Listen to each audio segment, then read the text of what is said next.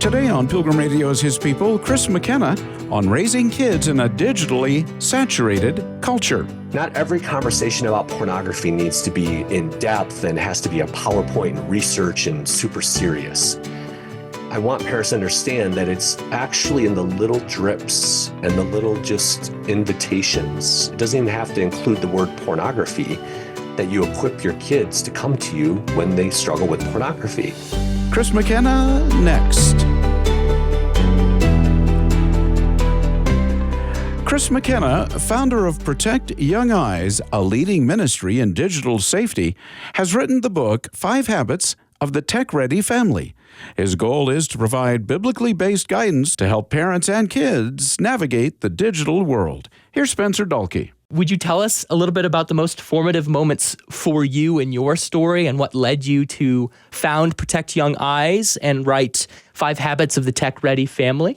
Sure.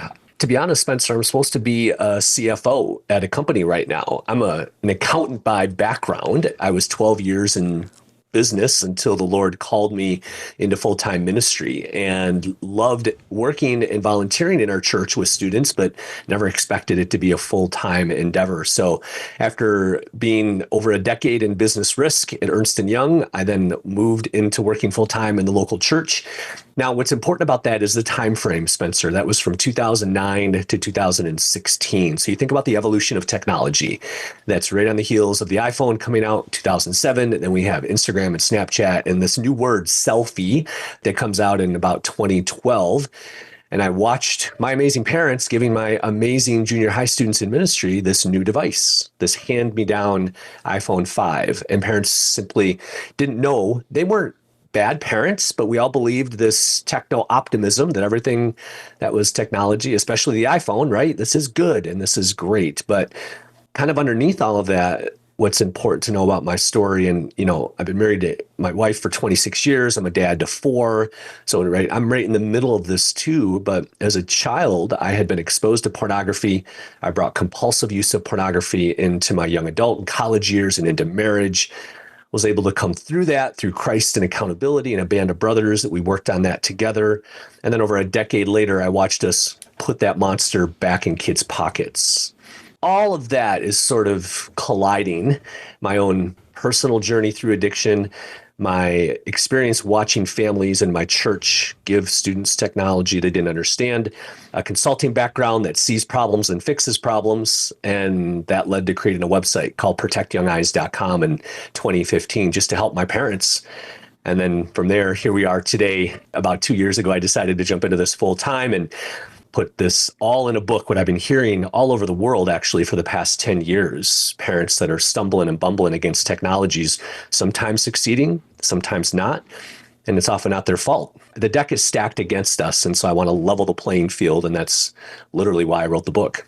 I had a conversation not too long ago about it's easy to think that this progress is not a thing we can resist. And there's just so much danger to it.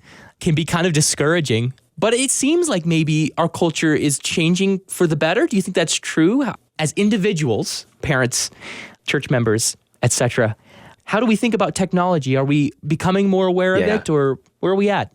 Well, I think that the sides are definitely becoming more defined. What I found first coming into this, Spencer, was everybody was kind of okay with it. And there were a few on the fringe who were nervous and didn't like what we were doing. And I was one of those sort of on the fringe. I mean, back in 2014, 2015, the don't give your kids smartphones or social media island was pretty sparsely populated because it was just Instagram. It's just pictures. How bad could it be? And clearly, the parents that I was working with at the time had never created an account of their own. They would have seen what was the wild, wild west. We think social media is bad today, Spencer.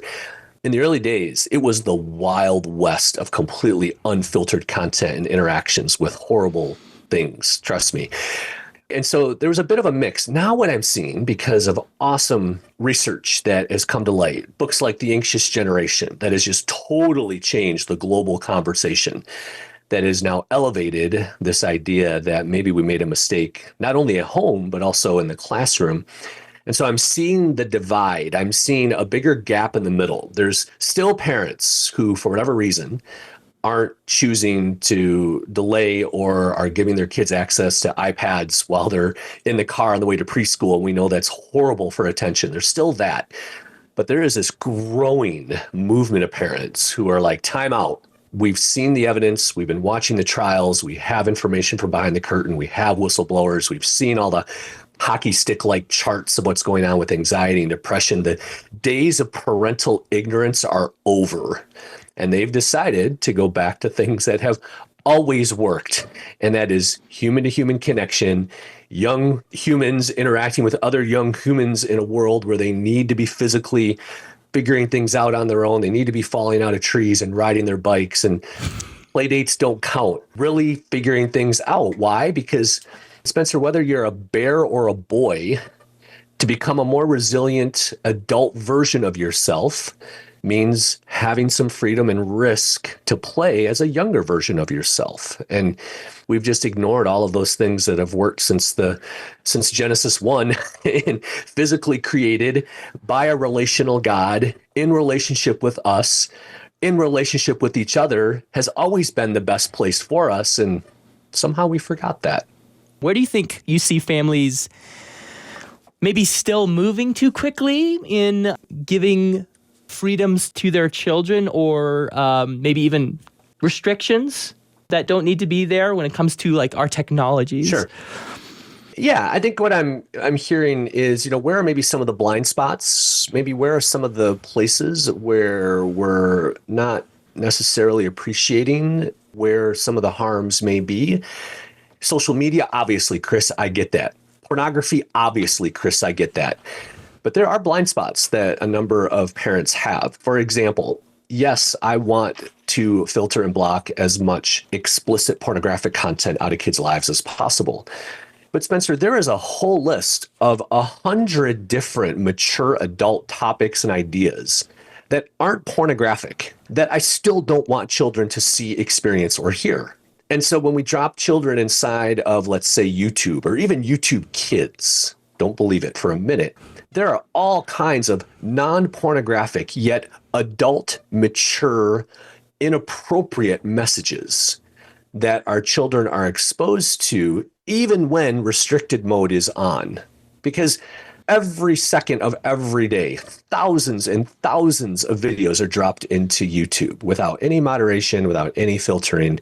And we're expecting the algorithm and a handful of moderators to figure this out. So, like, just as one example, as a Christian society, for Christian families, they have, for the most part, totally underappreciated the impact that YouTube can have on the hearts and minds of kids. Just as one example. Chris, it's not pornography. I know.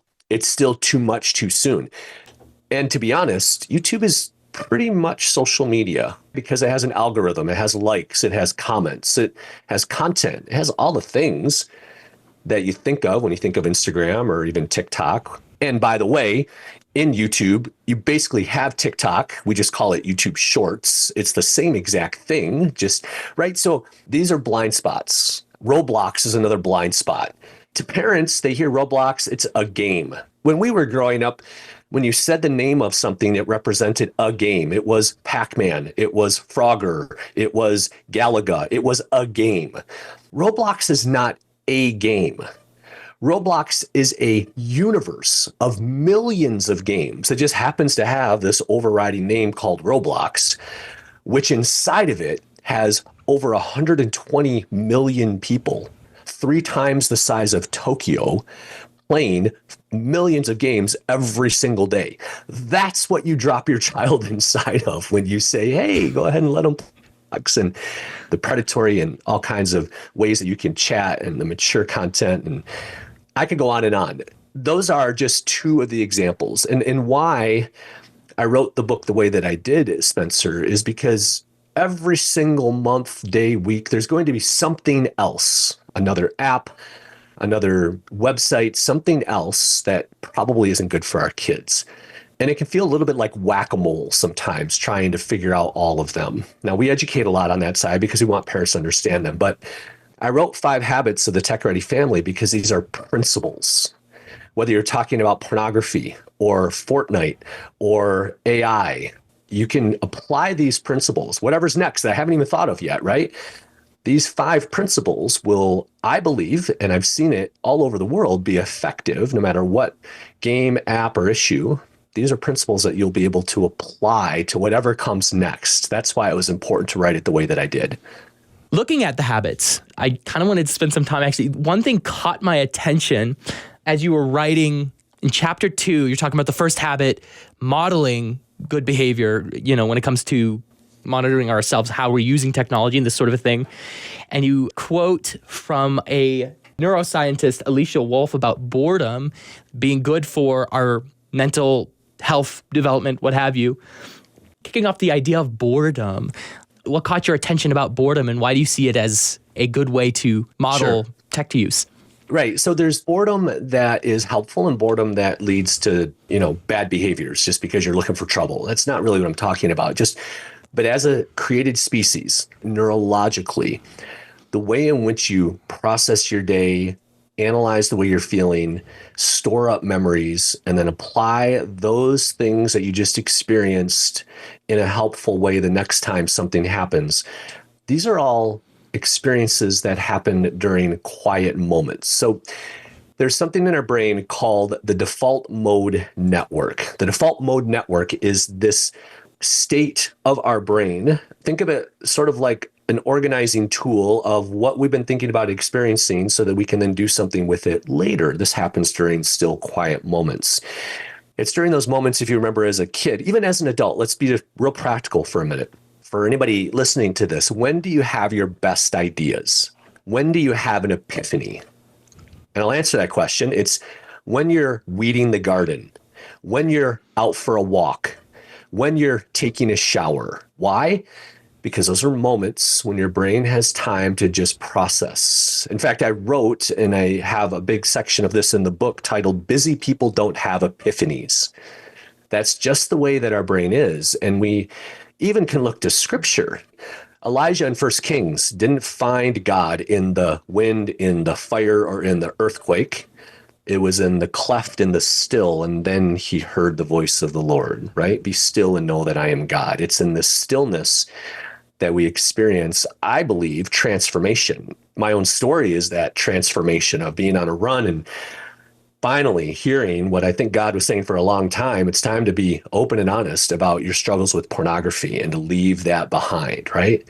That happened on a run, that happened in the quiet. That's why I don't run with headphones. I live out in the country. I need that still and that quiet. So that's what I mean. How in the world, Spencer, will our children know what it means to experience human-to-human connection and to set our devices down if we don't show them how? So it starts by modeling the right behaviors, by doing these things and showing them. And I have a whole list of micro moves. I'm not saying that you have to bubble wrap and turn off all tech and become Amish and move out into some commune. I'm saying, listen, little micro moves that you can make to show your children the significance of them, the significance of human-to-human connection, and that your device doesn't rule you. So habit number 1 starts with us. Model the right behaviors. Well, my guest today is Chris McKenna. He is founder of Protect Young Eyes and author of 5 Habits of the Tech-Ready Family, Raising Wise Kids in a Wild Digital World. Let me throw out a thought for you that I actually had while I was taking a walk myself. So it seems to me, thinking of like bad boredom, that there is a toxicity, shall we say, to having a habit of saying no to our kids that maybe prompts us to say, well, what is left for us to do if I can't do this and I can't do all of these good things, but, wicked and evil things that our devices give us to do? I guess a big question, what do you think about that? Do you think that's true? Or how can we, as parents, I guess, model a habit of saying yes by default? Well, I think there are approaches that we have with other things in the world that maybe we can apply to technology. So I do quite a bit of consulting with schools and churches, mostly schools, around how to have a better relationship with technology in the classroom, personal devices in cafeteria and passing time, those kinds of things. The framing is very important when we're trying to implement new policies. And I'll get to how this applies to the house kind of through the door of schools here. It's not that we're taking phones away. It's not a phone-free policy. What we're doing is giving you the gift of a distraction-free learning environment. We're giving you the gift of a full-on relationship with others around you. We're giving you the gift of lower anxiety if you're a child. We're giving you the gift of less frequent interactions with pornographic content. We're giving you the gift of a brain that can hold attention for longer than 10 seconds in a world that, as an adult, will probably demand that you hold your attention for more than 10 seconds. So instead of our framing always being what they can't or what we are denying, actually, Spencer, these are beautiful gifts that we're giving our children by showing discernment, wisdom, and restraint in the face of technologies that were not designed for their thriving. That's what we have to never, ever forget. I don't care what Disney Princess is on the app, that it's called YouTube Kids.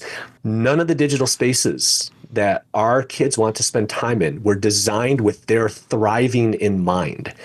And it's because of the incentives in the business model is a business and incentive model of extraction. Through social media and algorithms, it was the extraction of human attention.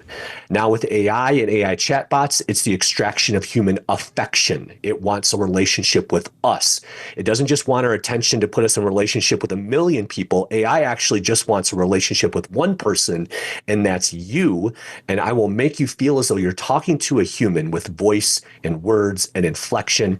That is even more insidious than anything we ever experienced with social media. And parents are finally figuring out that social media might have been bad, and now they're 100 steps behind on AI. So when you understand the why, you understand childhood development, which is what chapter 3 is all about.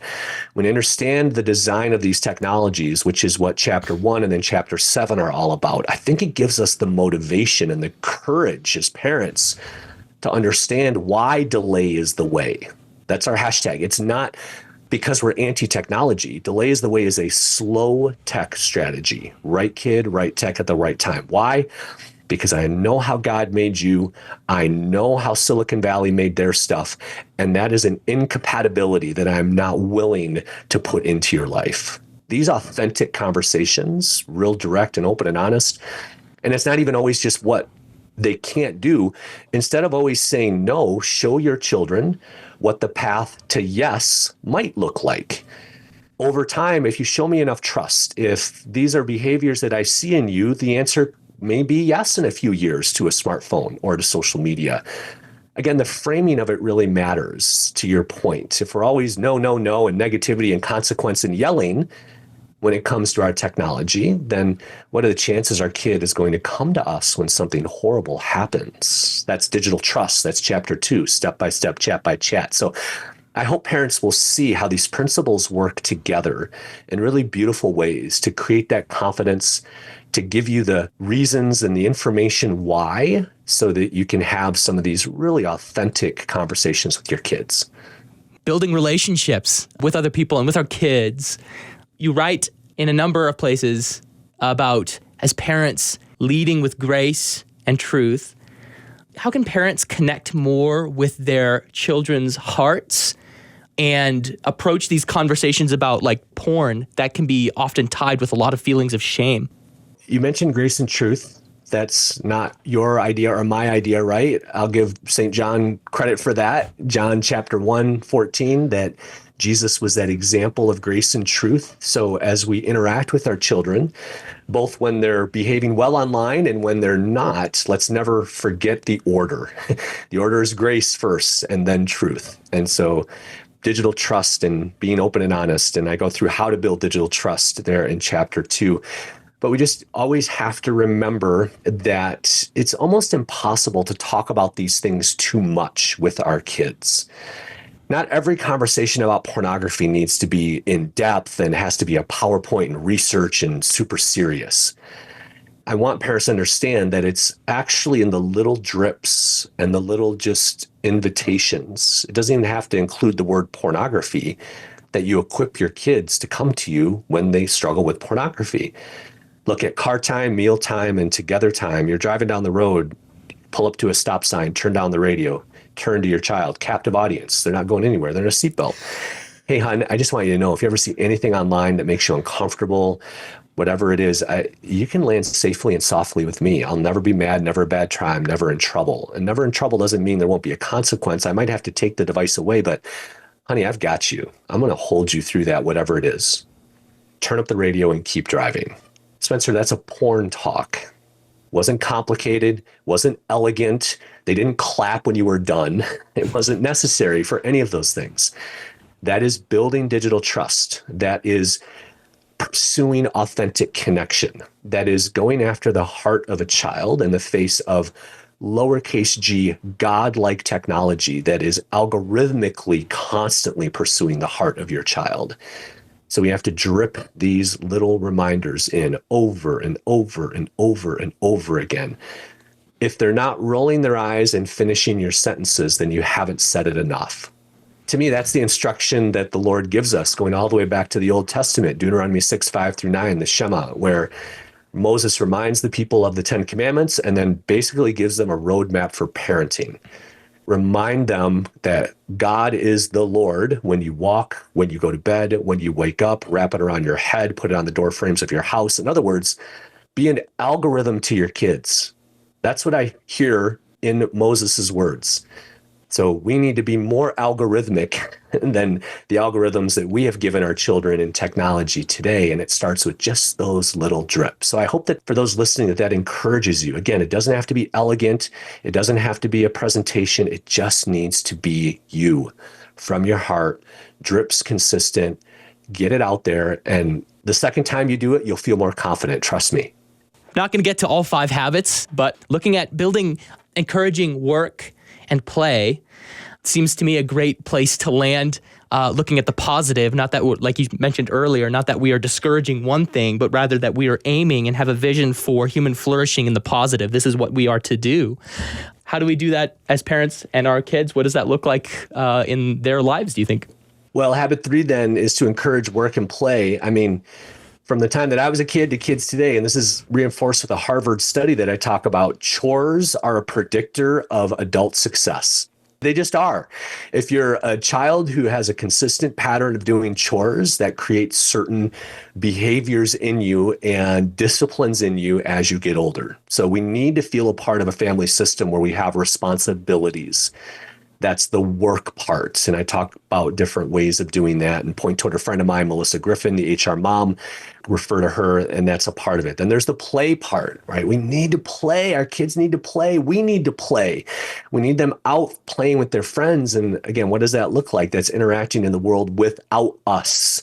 Sometimes there's a secure base that's created during attachment in early childhood that then gives our children the courage to go out and experience the world without us, take some risks, fall out of trees from time to time. Don't get picked for the team, whatever it is. They need to experience these things and then come back to us. And so that work and play. Spencer, there's a stat that I share in chapter 3. Did you know that the United Nations Handbook requires that if you have prisoners as a country, you're required to give them 1 hour of outdoor time every single day? How many of our young people get less time outside than prisoners? Think about that. And so let's not forget that if it's good for criminals, it's probably good for our children. And you know what I mean by that? I'm not saying that there's always apples to apples in that, but I mean, if we understand that that's a healthy part of their recovery from whatever crime they've committed, then it's probably good for the thriving of our child. That's all in chapter 3. And you know, just to tease, chapter 4 then gets into the neurology and the why, and then chapter 5 is all the practical step-by-step router software, all the stacks of protection that we need to put around our kids, which can, I know, be overwhelming, but I feel like we do a really good job of just demystifying that in a way that any parent can understand. You've been listening to His People on Pilgrim Radio. Many thanks to today's guest, Chris McKenna, founder of Protect Young Eyes and author of 5 Habits of the Tech Ready Family.